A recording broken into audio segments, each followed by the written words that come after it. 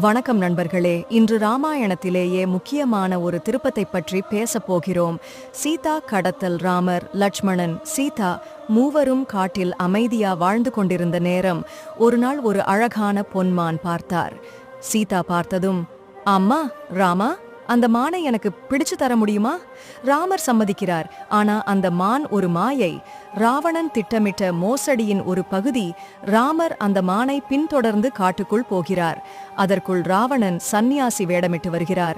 பிச்சை கேட்கிறார். சீதா, லட்சுமணன் வரைந்த பாதுகாப்பு கோட்டை தாண்டி வெளியே வருகிறார். அந்த நேரத்தில்தான் ராவணன் தனது உண்மையான வடிவத்திலே மாறி சீதாவை வலுக்கட்டாயமாக தூக்கிச் செல்கிறான். அவளை இலங்கைக்கு அழைத்து அசோகவனத்தில் அடைக்கிறான் அனுமான். ராமரின் தூதராக கடலை கடந்து அசோகவனத்தில் சீதாவை கண்டார். அவளின்